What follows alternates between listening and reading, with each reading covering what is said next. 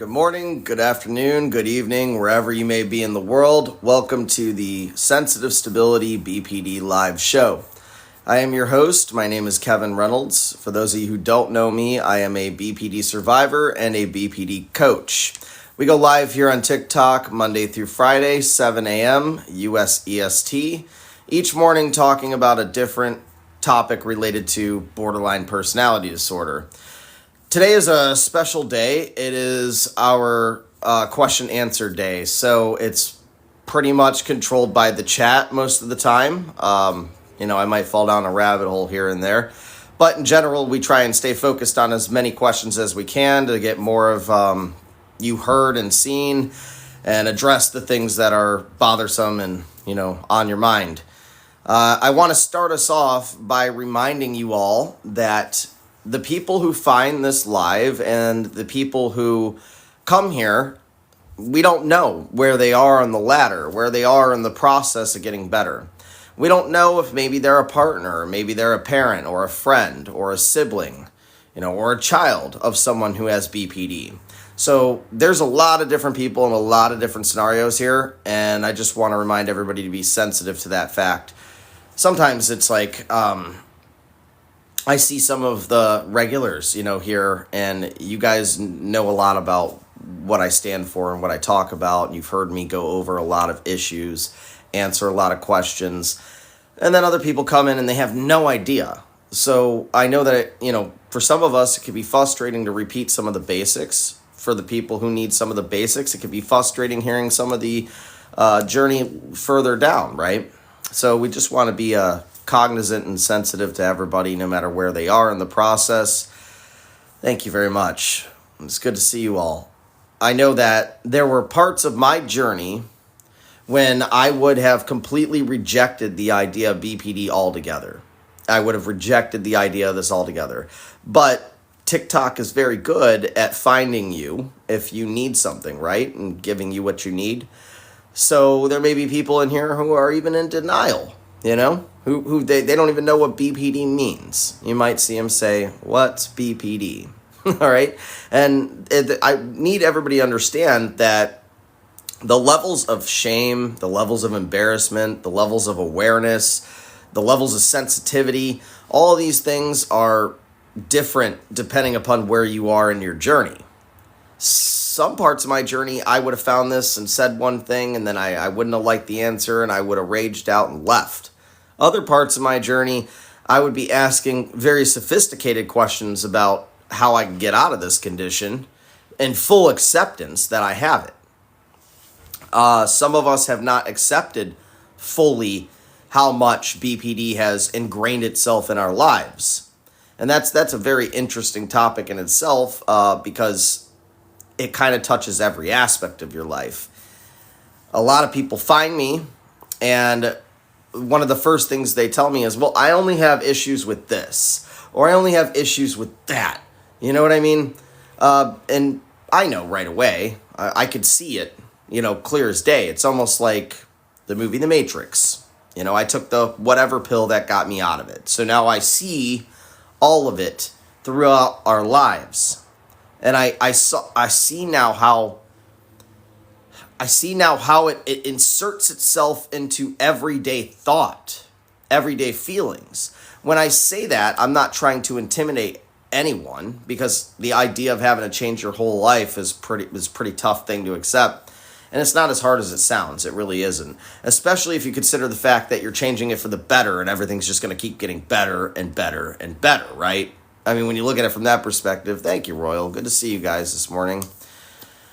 It's not so scary. I got to change this light, okay? It might be a little bit darker here than normal, but this morning it's just glaring right in my face. I gotta go, we got to change it up today. All right, that's better. Sorry if I look like a vampire here in this one, but it's just killing my eyes here, especially with me needing to kind of watch the chat a little bit better and all of that. I don't want to miss things because blue eyes, sensitive, right?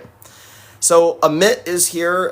He is our moderator and my best friend in the whole world. He is Sensitive Stability Coach in the chat. He will make sure that you're seen and heard. If you need to get tagged, just make sure that you comment to him, and he'll take a look at it and pin it for you. Just kind of catching up so far. Yeah, me too. Oh yeah, a few words for the hurricane victims. Yeah, that's a good point. Vitality. That thing looked ruthless. That was one of the toughest storms I think I've ever seen, at least on the Doppler. Right. I actually was in Florida in between the two hurricanes. Interesting, right? Tanya said, I need you all through my day to keep me sane. I know what I need to do, but then I lose control. Well, yeah. Here's something I could say to you, Tanya, that might help you, okay? I felt the same way when I was really serious about the journey of getting better, getting to remission. And what I realized eventually was that it's not about the minute skills for each thing.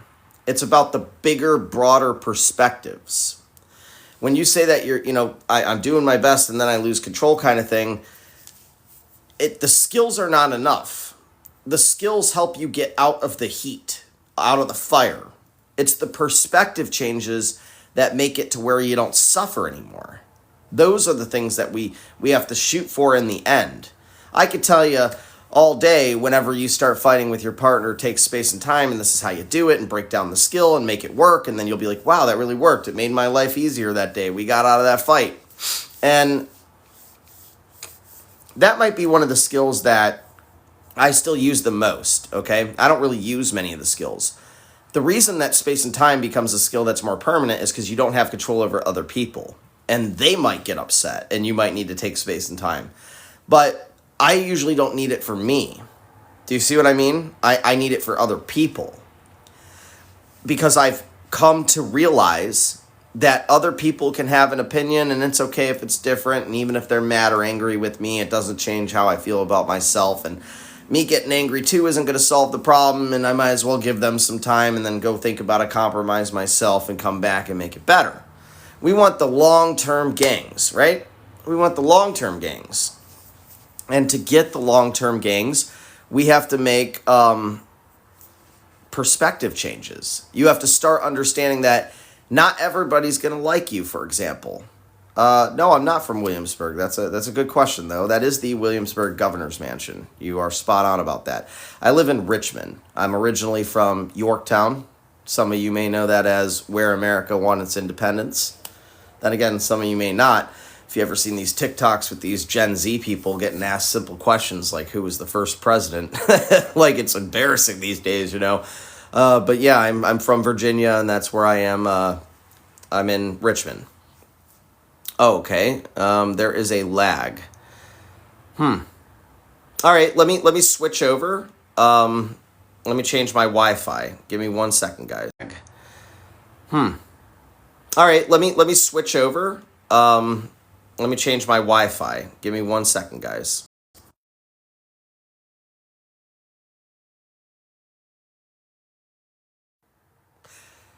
Okay, so there might be a little bit of catch-up lag. I just switched to 5G from my Wi-Fi. I don't know if that was something about it. Thanks for letting us know, though. And let me know if it fixes it, okay? We'll go with Riki's question next. Is that the next one in line? I'll try to leave up the pinning to you, Amit, but you know, if for some reason it makes sense for me to answer something in the chat directly, I'll try to keep an eye on that too. Where we got Riki. What are the main perspective changes we need to make? All right. Well, I'll tell you two things, Riki. First, I'm going to say to you that they are custom depending upon how this is manifested for you. Like, we're not all just cookie cutter. Your manifestation, my manifestation, their manifestation's all going to be different. So we may have different perspective changes that we need to make.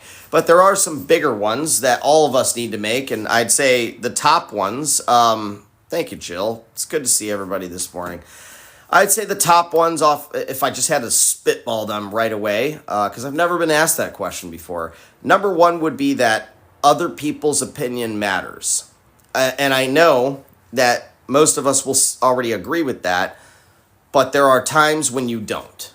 And you don't realize it because you're too busy right fighting. So I guess you could summarize that as right fighting isn't productive.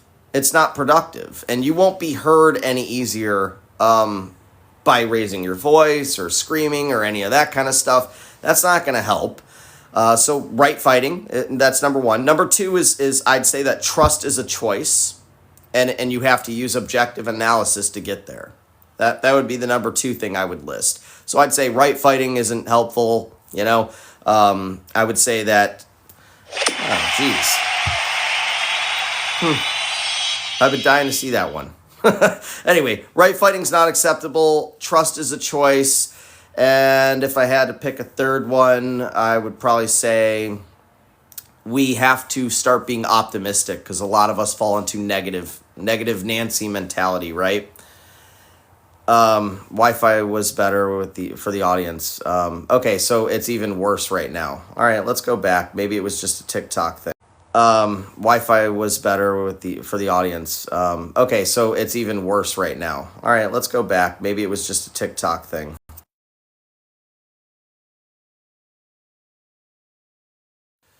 Okay, went back to Wi-Fi. Sorry about that, guys. It is what it is. Normally I'm on Wi-Fi. So you want to go back to the next one. It was after the perspective change question. I like your work. I think it was 1 LMF. Question, how is BPD different from narcissism? So they're both in the same cluster B, okay? That's how it is. Cluster B includes histrionics, which is kind of like petulant behavior, throwing temper tantrums and mostly that. Then you have antisocial, which is a refusal to accept and abide by authority. Typically they end up in the criminal region, or the substance abuse region. Then you have down at the bottom, narcissism and BPD.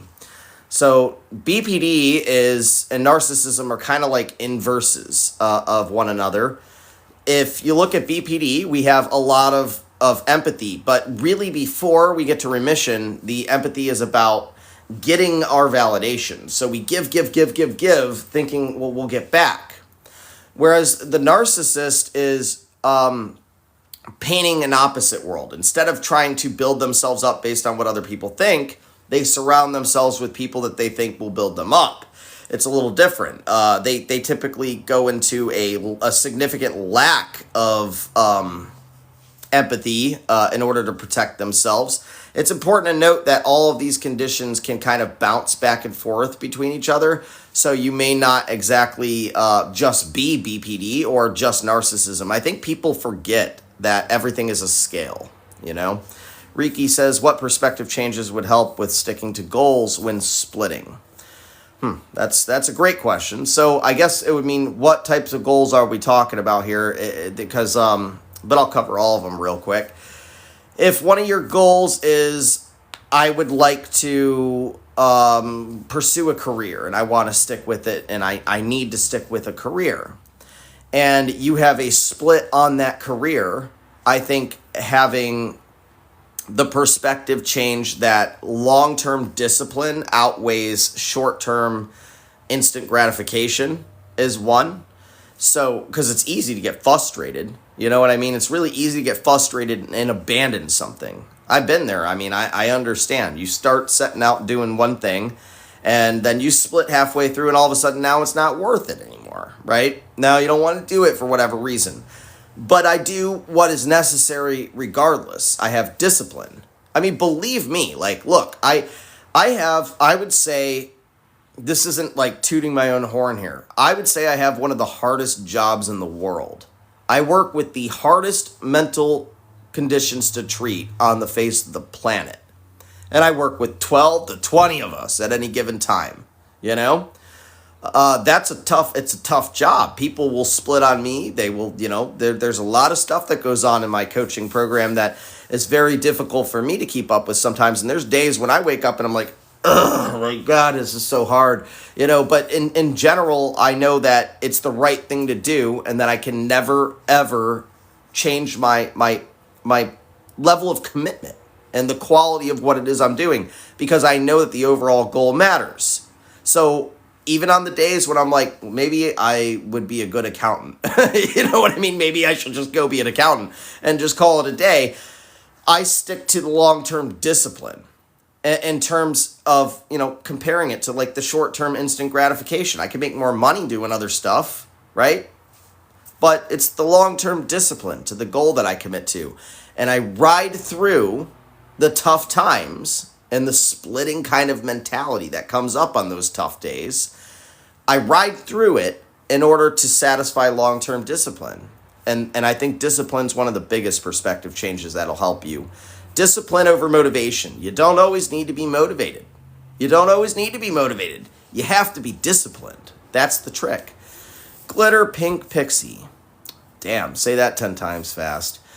What are the tips you have for handling abandonment issues due to BPD? Glitter Pink Pixie, Glitter Pink Pixie, Glitter Pink Pixie, Glitter Pink Pixie, it's actually very easy to say. All right, anyway, tips you have for handling abandonment issues due to BPD. So I start to look at how I changed the abandonment fixation, the fear, which was controlling my life, by the way. So number one perspective change for that would be understanding that you don't have control over other people and they may leave when they want. You don't predict the future. You don't know the future. That person might grow into somebody totally different. You might grow into somebody totally different. You can't control that. What you can do is influence it by growing together or by focusing on things that would more likely lead to a better outcome, which isn't worrying about them leaving. Worrying about them leaving forces us to think along the lines of controlling things, right? And we don't want to control things in terms of other people. We want to, good morning, AJ, thanks for being here. We want to get people into a place where they want to be around, and we want to be a source of joy and a source of positivity and optimism. That's one of the ways that we get out of that. Another one is I started looking at the world like my life was chapters in a book. People are characters. Sometimes the characters move into the next chapter. Sometimes they don't. That has to be accepted too. You could build good relationships that last a lifetime, but there's ways to go about doing that. And then there's ways to avoid ruining it. You know what I mean? And a lot of that are behavioral changes that need to be addressed. Glitter says, my dad passed when I was 8 and I am now terrified of losing people. Now that'll do it. That will 100% do it. Any loss of a parent not being there, a parent's getting divorced, a separation of some kind, a passing. It doesn't even have to be that deep. My father was in my life. He just wasn't, if that makes sense. It's like he was around, but I was always getting rejected. Nah, we'll work on that next weekend. Nah, next time tomorrow. I'm too tired today. All the while, all of his other behaviors and isolation techniques and whatnot led me to a place where I was destined to have this condition. But yes, the root cause does help to identify, but it still takes the perspective changes and skills to fix it, because as you'll know, you can write down in a notebook 20 times, my dad left when I was 8 or whatever it may be. It's still not going to fix the problems, right? Vitality says, how can we support when someone says they feel empty or nothing? My daughter talks of this often. The emptiness, the lack of purpose is what that is, which comes from a lack of self, and it also comes from the fact that we have been living our lives trying to build who we are, how we feel about ourselves, based upon what everybody else thinks about us. That's at the crux of that. When you feel empty, it's because you start to realize that the things you do aren't being rewarded by the outside world, but they never should have been rewarded by the outside world, if you see what I'm saying. We didn't learn that skill that we need to do things that will reward us in ways where we didn't pursue the validation from other people. Ironically, that doesn't mean not helping other people. Generally speaking, it does mean helping other people. I would say to your daughter, if she was saying to you, I feel empty, well, what would make you happy in life? Have you thought about that? What would actually make you happy? What is it that you would like to do? If you had a perfect world, what would you want to do in your life? And get her thinking about that, because the purpose is the answer. Gemcat says, would you suggest that removing the person who you think triggered the BPD is a good way to heal? Well, I did remove my parents from my life for a couple years when I was on my mission to get better, but mostly that's because they don't believe in mental illness, and they weren't validating like my journey to get better. Every time I was talking about my improvements or what I was trying to get through or asking for advice, they would just say, "Oh, there's nothing wrong with you," because they didn't want to accept the blame, I think is really what it was. But I forgave them. I focus more on if there's a hinge. Everybody has different hurdles in the process. That's what I use the sessions for. My programs do 24/7 tech support and module-based, and that's where you get a lot of the information and we get a lot of the small wins, but the sessions are for the major hurdles, and sometimes that major hurdle is getting over whoever you perceive, keyword being perceive, caused the BPD. You already probably had it. It's 50% genetic. The environmental activation, you're looking at it wrong. When you're blaming somebody for it, you are holding yourself back and you are delaying your recovery by sometimes years or forever. It wasn't my dad's fault. It wasn't. It wasn't my dad's fault. He did the best he could do with what he was given. And yeah, that sucked for me, But that wasn't his fault, though. Can you repin this one by Jill, if you don't mind? It looks like a long one. I want to make sure I touch that one. Thanks, man. I appreciate you. And for those of you who don't know or just joined, Amit, Sensitive Stability Coach, is our moderator. AJ is a moderator too, and he's in here, Sir AJ, so you can kind of target them with pins if you need to be seen. Jill says, do you believe that object constancy and object relations from early childhood SA must be processed? That's a good question. I believe that everything needs to be addressed, but I don't believe that everything needs to be processed to behave better, if that makes sense. The traumas that happen need to be understood and identified to some extent in order to get over it, but the processing of trauma generally happens in my program towards the end, most of the time. It is a custom program, so for some people, these things are earlier, and things like transference, how you treat your spouse now based on what happened to you and all of those kinds of things.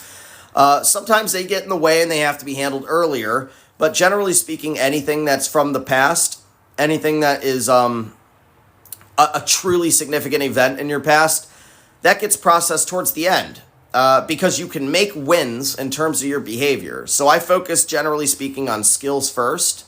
What can I do to walk this person through the current event? Then I graduate to how can I permanently change that perspective so that this never happens again, because it's going to happen again. The same triggers are going to come up. We only have like 15 to 16 triggers.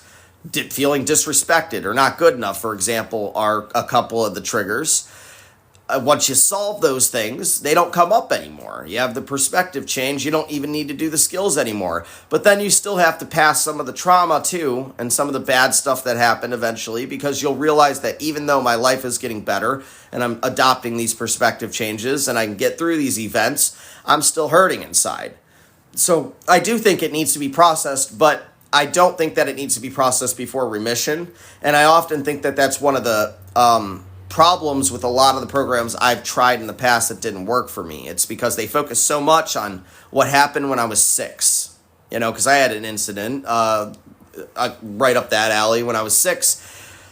I handled that way later after I was doing way better, and that seems to be the best way through. You're very welcome, Jill. Thanks for being here, as always. Carrie, hoping that's it. What do you think of ADHD being misdiagnosed as BPD?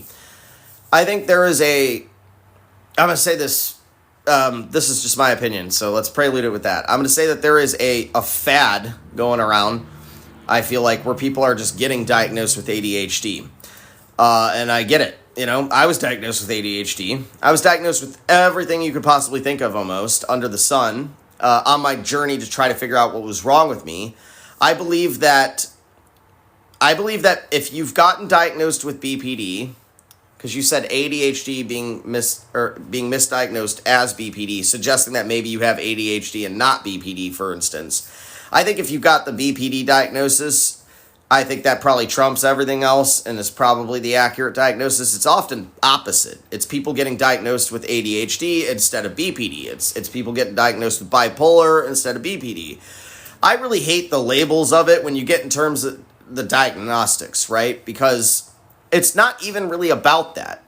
If you saw my whole journey and realized how much time I wasted pursuing a diagnosis, a label, and then I said, oh, great, this is what it is. You know what I mean? Like, once I identified with it, then I tried to start finding, and that's the key. I would just say, do you identify with this? If you identify with even one symptom on the BPD map, it could destroy your whole life. And it's worth it to focus on that and eliminate that symptom. And I think that's a better perspective to have than worrying so much about, am I sure I have this? Am I sure I have that? I mean, do you fear abandonment? Do you fear somebody leaving you all the time? Do you make impulsive, reckless decisions? Are you taking care of yourself, or are you taking everything out on yourself? I'd focus on things like that. Amy says, loving the modules. I'm learning so much. I'm so glad to hear that. I really am. I think everybody deserves an opportunity to get the hell out of this problem. But bear in mind, guys, that this is a blessing. You just don't see it yet because it's the suffering that you're experiencing at the moment. But on the other side of this is an amazing life. It's really incredible. It's incredible what we're able to do, the hearts we're able to touch, and the differences we're able to make in the world. So focus on the positives, not on the negatives, as much as possible. I'm glad you're enjoying the program, Amy. Gemcat says, can BPD make you think you don't look like you? Like the other day, I didn't recognize my face properly. Dissociating from reality, that's kind of in the depersonalization area, okay? Depersonalization, Gem, is a part of the dissociative properties of BPD. It's a coping mechanism. It's almost like you're looking at yourself watching a movie and you're the main character, but you have no control over it. And then you have derealization, which is the rest of the world is fake, and you're the only one that's experiencing reality, right? These things are natural survival mechanisms to dissociate from a state where we are attached to our displeasure and dissatisfaction with our lives. That happens all the time. Some of us even have names for the person that is doing the episodes, for instance. Oh, that's Bobby that does the episodes. That's not Kevin. You know what I mean? And we'll kind of associate the negative stuff with Bobby, so that Kevin doesn't have to take responsibility or accountability for it. And that's unfortunate, because that will keep you from getting better. And you have to admit and hit the hard truth. You have to nail it to the wall, so it's obvious and you see it. When you're dissociating, I'd say the anchor is reminding you of your goals and your ambitions. That always worked very well for me. That always set me straight, because when I think about my goals, which were always so elaborate and always so ambitious, I would think and have the feeling that I'm the only one who can do this. And it would help center me. You have to think about things that are truly emotionally important, moral imperatives. Things like, I would like to get rid of BPD for the entire world. That is I have such a strong connection to that goal. If I think about that, it makes me feel so close to myself, such a real person, it makes me feel very alive and very focused. And I think that's a good answer for us. And figuring out, you're onto something else too. I noticed you said, I don't even know what triggers the dissociative states. Figuring that part out is important. I hope you end up working with me, because I'd like to be able to walk you through stuff like that. I would like you to be able to see the truth and help you through it. Getting a lot of good questions today. You guys are doing great. Something I was trying to touch on here. Okay, yeah, it was just a sentence. Thank you. Maybe go with Peter. Peter, your last numbers on your name are 757. I am from the 757 as well, my friend. Got to 47 before I found out. Never even heard of BPD before that. Very, very common. Extremely common. The problem is, especially for us that are maybe like over 30. I'm 38. BPD was more nuanced, esoteric, we'll say. It's very few people, very few mental health professionals really truly specialize in this. After I've been working in this field doing what I'm doing now, I would say that having had the condition is really the only way that you would truly understand it and be able to fight through it and work through it and all of that with someone else successfully as quickly as I do it anyway. And that's a shame. Most people don't understand it. And because they don't understand it, there's very little help out there. That was a huge problem that needed to be fixed. It's why I do what I do now. I also don't like the way that the traditional mental health route handles it. I felt very nervous and very scared to share my truths with them. I would hide a lot of stuff out of fear of judgment or, consequence or whatever. So that's one of the reasons I went coaching, to try to solve that problem. Bruce says, can seasons make BPD worse? Like wintertime, I'm more down and angry. There's something called seasonal depression, for example. And the seasons have great influence over our moods. For me, I was always more classically depressed and upset and irritable and angry in the wintertime. So from late fall to early spring, those were typically the worst months for me. And then the late spring to, early fall, including the summer, those were usually the better months for me. It has an influence on it. Circumstances have an influence on the condition, from who you're with to where you live to what your job is to what the weather's like. All of that can play into your symptom buildup. MMPR, good to see you this morning. Any advice for controlling me being so paranoid all the time? Paranoia is a tough one. Thank you, Nicole. I appreciate you. It's the problem with paranoia with BPD. Thank you, guys. Is that you don't see it most of the times. You know what I mean? It is so good at lacing itself in and hiding. So you'll say things, like, it's not that I don't trust you, it's that I don't trust other people. Or you'll tell yourself, well, this is okay to do. This is logical, when in fact it's nowhere near logical, but the brain's working out ways to explain to you why it's okay to check your partner's phone. I'll just do this, I'll just do that. So you justify a lot of the behavior that is probably on the wrong side of things, right? That you shouldn't do. You'll justify it with logical reasons to make up for the paranoia behavior. I think learning emotional permanence is one thing that would help you generate a better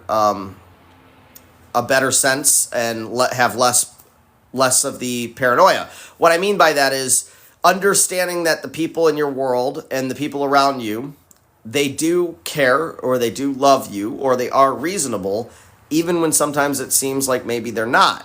It's like the kids game, peekaboo, right? You go away and they're like, oh my God, they're gone. They're back. Oh, it's so funny. And they're gone again. Well, we have that problem with emotions and emotional attachment. So at work, you might think these people are out to get you. They're going to backstab you. But that's because they're not constantly in your face telling you how great you are. You have to learn emotional permanence and understand that your bosses and that your coworkers, they're not out to get you just because they're not talking to you, right? Excuse me. And same thing with your partners. You have to learn that, just because my partner goes off to work doesn't mean that they're going to cheat. That's emotional permanence you must gather and gain.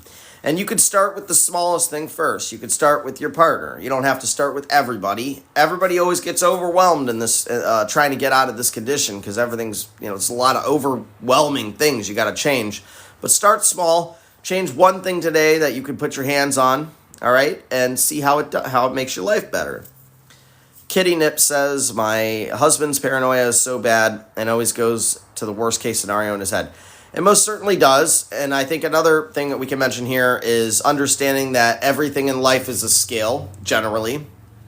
So it doesn't always mean the worst. It also usually isn't the best. It's usually somewhere in between. The truth is usually in between the worst and the best. Very rarely in my life did anything ever end up just being the best it could be or being the worst it could be. Usually it was just somewhere in the middle. So with paranoia, I mean, the problem is you're predicting future events that haven't happened yet. And you're automatically assuming that they will be the worst. When in fact you have a scale you need to imagine. You need to be able to imagine the worst and also the best and then say it'll probably lean somewhere in the middle. And I'm going to lean on it to try to get it to go the way that I want. Try to get it to go towards the best. That's what I'm going to do. I'm going to put some effort in pushing it towards the best. And it might not get all the way over there, but I'll be damn sure better off doing that than I would being pessimistic about things or cynical all the time, right? And leaning things towards the worst. Sarah says, how did you get better? Well, isn't that a question? I'll start out by saying after 4,000 hours of therapy, over 16 mental health professionals. I remember 16, but I know it's way over 20. Over a dozen different medications. None of that was working. I tried all the different therapy models. None of that was working for me.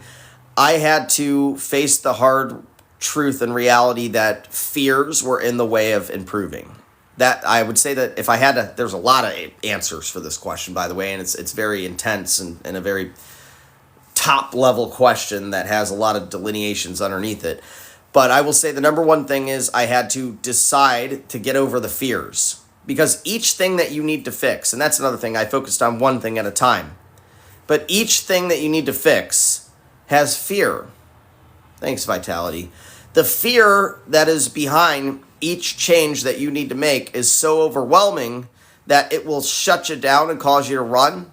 It's one of the reasons we'll cut people out of our lives permanently instead of changing. I mean, yeah, that's actually easier, you know? You have to be willing to put on your armor and draw the sword and fight each dragon. There's no way out. You got to fight each one. Thank you, Tika. Shannon says, how do you stop being so insecure thinking your partner wants someone more attractive? The answer is internal. It is not about your partner. You must feel better about yourself. You must feel good enough. You must feel worth it, worthwhile. And the answer is not making them think you're worth more by doing more for them. The answer is making yourself feel like you deserve more. Because you do. You deserve everything in life. You deserve everything that everyone else deserves. And I know that we all have felt worthless for so long.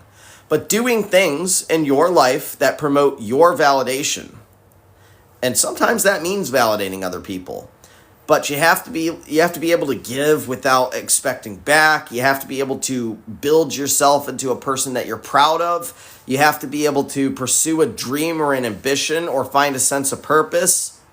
These elements are what create the confidence, because the issue is not they might leave, it's that you're scared of it. You don't have control over them, but you have control over yourself and how you look at the world and how you interpret data. Fill yourself and you will fix this problem. You'll fix all the problems that way. You won't fear abandonment anymore. You'll know that that person would be crazy to leave you. And if they do, I mean, I'll still be okay. You know, there's other things I can do with my life, other people. And nobody wants to be left. Don't get me wrong here. I'm not leading you down a road where you're to lose somebody. I'm actually leading you down a road where you're to lose somebody. I'm actually leading you down a road where you're more likely to keep the people. Are you in a successful relationship now? Yes. I'm happily married, been married for years, and my wife is very supportive. Sometimes she pops in these lives. Couple of my videos have her in it, and we do very well. We communicate well. Both of our needs are reasonably met, and I say reasonably because you can't always ever, be around somebody filling them all the time. But I'm saying the things that I want out of my partner in life, I get, and vice versa. Any arguments that we get into are carefully navigated to where, chairs aren't getting thrown across the room, TVs aren't getting thrown out the window, nobody's punching walls, and we're happy. And anybody can get to that. That's the truth. Shannon says, how do you stop back pain when you hit your 30s? All right, well, here's the problem for me. I was in 7 major car accidents and 1 really bad motorcycle accident. Flew off doing like 60. So my spine is all messed up. That was a result of the BPD. Reckless driving, impulsive behaviors. It's a symptom. I was using these cars to make myself feel alive. Then I'd get into an episode and I'd reckless drive until I slammed into a wall. So the truth is, I can't get my spine right, not without probably, some ridiculously major surgeries, which I'm not willing to have. And I refuse to get on pain pills. So every day, it's one of the reasons I slouch all the time. It's because when I do this, it's like critically painful. But I can, oh God. Yeah, well, there's like 15 cracks there. The answer, though, to that question is I think I could say something to you about that. The mind is a very powerful thing. And if you produce enough positivity in your life, the pain is massively reduced. It's massively reduced. The mind is creating extra physical pains for us. The physiological stuff that you feel, it can even make you sick. Like BPD, I see people get physically sick, and I've experienced it myself because I am so negative about my life or myself, right? So there have been times when I've been so pessimistic and so negative that I would develop actual physiological conditions that I would suffer from that would magically go away when I got positive again. Think about it. Results may vary. Good to see you. Do you find you project non-consensual delusions onto others when things are unstable in your life? Well, not anymore. But before remission, yes, I absolutely would. Kind of. I mean, when you say non-consensual delusions, I just want to make sure we're talking about... I'm going to take that back because I'm not 100% sure I understand what you're saying when you say non-consensual delusions. If you're talking about intimacy, no. I didn't project any non-consensual intimacy onto other people. But non-consensual delusions, fantasies of being with others and they have no idea. Yeah. Kind of. I mean, kind of, yeah. From that perspective. But telling others that it's happening, yes, I see what you're going with that now. That is something you will paint worlds around you, and just like we seek confirmation bias to feel better, we also will plant stories and plant fantasies and exaggerate and lie and those kinds of things. Yeah, when Vitality says intrusive thoughts and those kind of, but fantasy worlds involving other people and all that kind of stuff. Yes, I absolutely would do that. I would exaggerate and I would create these weird stories and worlds to try and it was to make myself feel better. Yes, dopamine chasing to make me feel more secure. But also, I think that it was a coping mechanism to run from reality. I guess I would say that is a big part of that. And I would always want to run from reality because reality sucked. Reality sucked back then. Exaggeration is not an exact symptom. I would call exaggeration a feature. So there are things that I call symptoms and things that I call features. Everybody knows the symptoms. Those are the 9 things that they list in the DSM. Features are different. Like jealousy is a feature of fear of abandonment. You know what I mean? Episodes and splits are features. We do tend to exaggerate. That is because I would say it's a feature of the lack of self, because you're so desperate to fit in and you want so desperately for people to like you that you are willing to exaggerate to make something more interesting or to make you a bigger hero, all of those kinds of things. I would do that all the time, 100%. Gemcat says, along with the dissociation, can maladaptive daydreaming be a part of it? I do that all the time. Yes, that's 100% a thing. That is, not everybody brings that up, but I think we all kind of experience stuff like that. And Also, some of this kind of stuff is, the flip side of it isn't so bad. Ideas of grandeur are, for example, is typically looked at as a negative thing. But with BPD, I have found that we can actually obtain our biggest goals. So everybody else says that's a pipe dream. Well, maybe it is for them. But when you have this condition, you do have superpowers, and you can achieve some of these pipe dreams. I've seen it happen. I've done it myself. I know that it might look crazy sometimes, but that's exactly it. We were put here to be the crazy ones, but, we've been using it the wrong way. Instead, we should be it's okay to be the round peg in the square hole if you're also the one that sees things differently. You see what I mean? It is often the rebels and the troublemakers and the round pegs in the square holes that make a dent in the universe that everybody else experiences and loves and enjoys. It took rule breaking. It took, pressing through very unfavorable circumstances, having ridiculous levels of discipline. And yes, BPD is a superpower in disguise. If you feel it's debilitating, you just aren't in remission yet. When you get to full remission, all of the negatives become positives. I'm telling you, you just don't know how to use the powers that come with it. Instead, they come out through these inappropriate survival and coping mechanisms, of which destroy your life. But all of that obsession becomes, incredible passion and devotion and influence.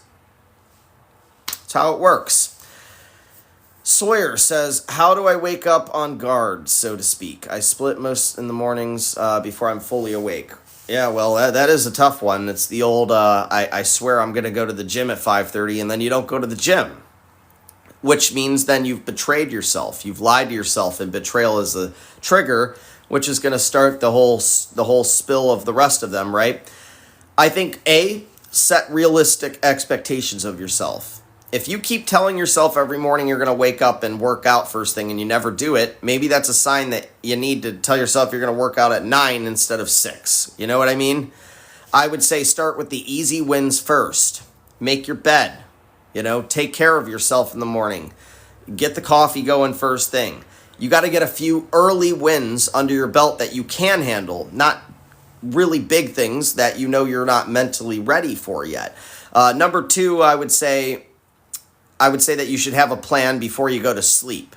I write my list out for the day the night before, which is extremely helpful. When I wake up in the morning and I try to figure out what the day is going to be like, I mean, you're drained for some reason in the morning. At least I am, or I mostly am all the time. That's how it is. I wake up and I'm like, ugh, and I get out of bed, and I have to force myself to get some of the wins under my belt, knowing that I'll feel better when I do it. So I do the small stuff first. I make my bed, I brush my teeth, I groom, I make the coffee, I feed the cats.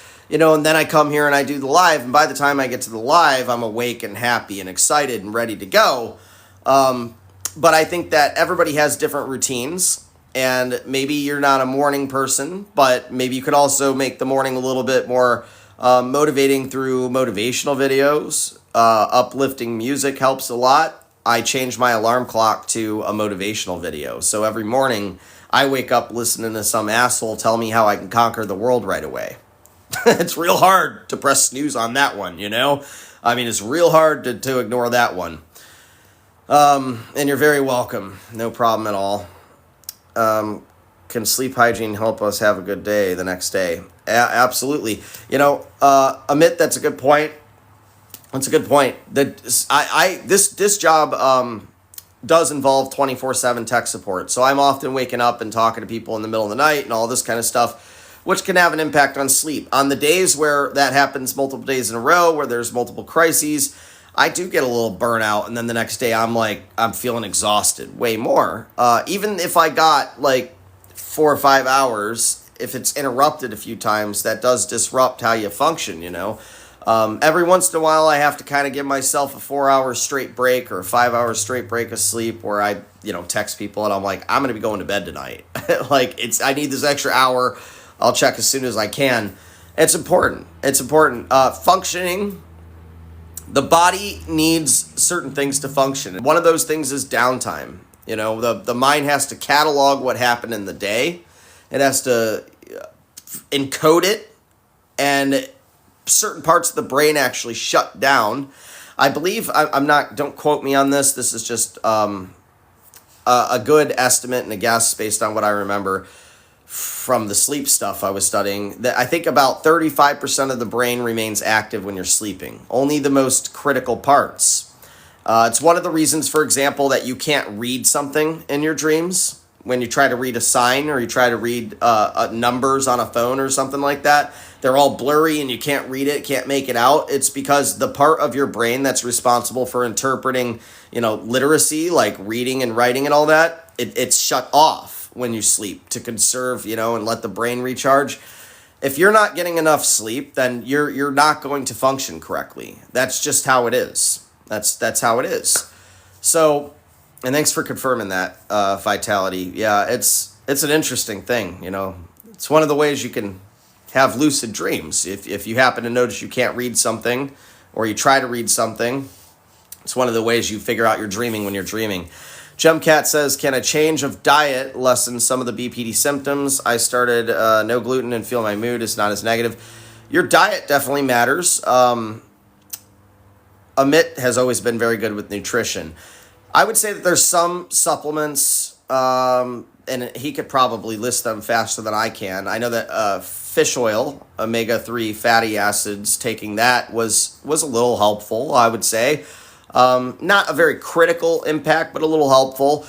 I would also say from the general perspective of eating healthy makes you feel like a better person. You're just a healthier individual, and you're less likely to feel bad about yourself, A diet and a good nutritional sense, like Amit says, whole foods, over-exclusion diets. Having the right kind of diet will improve your, weight and your physical strength and your stamina, and all of these things matter. I've been so unhealthy in the past at certain times when I couldn't even walk up a flight of stairs. And I'm a 38-year-old man. So, imagine before remission, I'm 28 and I'm struggling to walk up one flight of stairs. That's ridiculous, And it was because of the diet. It's because I was eating nothing but fast food and not taking care of myself and all that crap. And it is real. I went to Europe a few years ago, and the diet here, the things in America, it feels so awful for me now that I've eaten over there and seen, what that was like, especially in France. France had particularly clean food. It was very good over there. That said, yes, I think that every aspect of your life that you could fit into a habit or a necessity, things like sleep, things like eating, things like exercise, even things like how you talk to yourself in your mind, all of these things play a really big factor in terms of how much better you can get and how fast you can do it. Think about it this way. It's really hard to be positive or to be negative and also get better. I mean, you're already looking at everything with such a negative slant. You see what I mean? You've got to have a mentality and a mindset that you can get better. You've got to have the idea in your head that things are possible. And you've got to stop talking down to yourself all the time. That is one of our biggest problems. Talking down to ourselves. You can't do it. Nobody cares. You'll never succeed. Nobody likes you. You're just worthless. Mentality shift is probably the biggest thing in terms of getting better. It is what's going to make you have the greatest awareness. It's what's going to make you admit all the ways that this has impacted you in your life. It's going to change the way that you see other people, and it's going to change the way that you interpret their communication and the data between you and other people. All of that stuff matters. All that stuff makes a big impact in terms of whether or not you're going to succeed when you go to that party. You're going to have a good time and nobody's going to look at you like you're the crazy one. It's going to change the way that you treat your spouse or your partner when you come home from work. You come home from work hating life and hating your job. You're not going to have a good time, with your partner, and they're not going to enjoy you coming home. And slowly they're going to look forward to it less and less. And they're certainly not going to support you with your job if all you're doing is complaining about how bad it is. Who would do that? Who would support this person working at this place? All they do is complain all day. I want you to remember, Complaining has no value. Complaining has no value. And own that fact. And ask yourself very honestly, how much do I complain? How much am I negative? Is that the only experience the people in my life are getting from me? Am I always talking down on myself? Am I always talking about the negatives in my life? Am I always talking about how terrible everything is in the world? How terrible everything is for me? How bad things are going to turn out? Am I always worried about the worst case scenario and never thinking about anything optimistic or hopeful? I often say to expect the worst, hope for the best, function as normal. That's like a mantra I've lived my life by on this journey to getting better, and that I still think of now. I never expect things to go extremely well, and I also never expect things to go extremely poorly. I identify what extremely well is and identify what extremely poorly is. And then I function as normal, which means leaning towards making things work. That's how I go about that. So we are getting to the end here. This one might be one of the last ones. We might have time for a couple more. I want to remind you guys, if you haven't been seen or heard, you could always email me. I personally respond to all my emails. There's a button in my profile to make it easy. Tell me your story and what's going on, and I'll let you know what I think and properly guide you. We also go live Monday through Friday here on TikTok, 7 a.m. US EST, and Fridays is our question-answer day. User 98 says, I have to fight the way I was raised to think about myself. It was a disaster. Yeah, well, having the first neural pathways in terms of how you feel and how you learn to adapt to the world being something of a survival technique like the ones that we typically develop leaves us in a position usually of a victimhood. And we very well were victims in most of the cases, so that's a very easy thing for us to say is true. But you don't always want to be a victim. And I think that the ambitions that you might have, user, are something you need to prioritize over the past. We need to prioritize what we want over what we've experienced. And then we need to learn new ways of thinking about ourselves. And that's a hard thing to do, but it comes in form of action typically. You have to be positive. You have to believe that you could be something, and you could.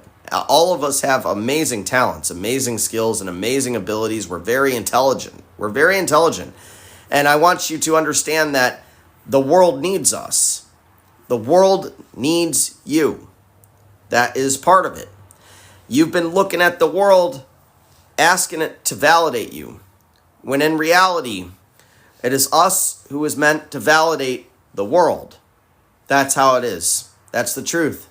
And when you finally understand that, when you finally realize that the world is actually about what you can do to make it better, not about what it can do to make you feel better, you'll start to see a shift in that mentality, and it comes through action.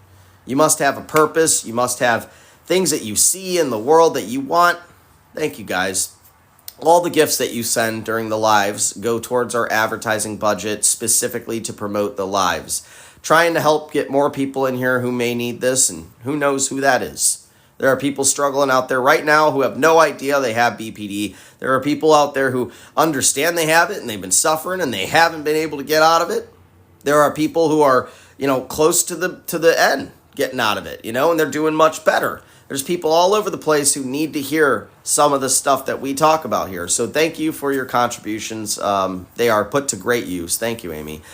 And as Amit has pinned here, thank you, Amit, for everything you do for us and showing up here every morning with me early as hell, doing the comments and paying such close attention. We all appreciate you, buddy.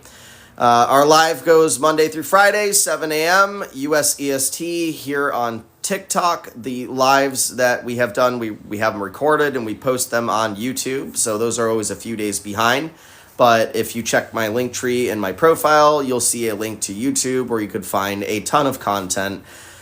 You guys are very welcome. I'm so glad to see you all here every morning. And I know that we are making the world a better place together, doing what we do. So I will see you all on Monday. I hope you have a fantastic weekend. For those of you in Florida, my heart goes out to you. I hope things get better. Thank you, Molly. Coral's always one of my favorites. I know we're going to get through this together, but we have to stay devoted. So do me a favor and do yourself a favor and show up again on Monday. And if you don't know what else to do, thank you, Faye. Just show up here and just keep listening. Thank you, Jill. Thank you, Jill. Man, y'all are very warm today. Thank you. We are going to keep Friday as the question answer period. So I also want to remind you, if you weren't heard or seen today, it wasn't intentional. You can ask questions throughout the week, but Friday we focus only on the questions. That said, have a great weekend, guys. You all deserve it, especially people showing up here every day doing the work. Take some time to yourself and make the world a better place. I know you can. I believe in each and every one of you. I'll see you next week.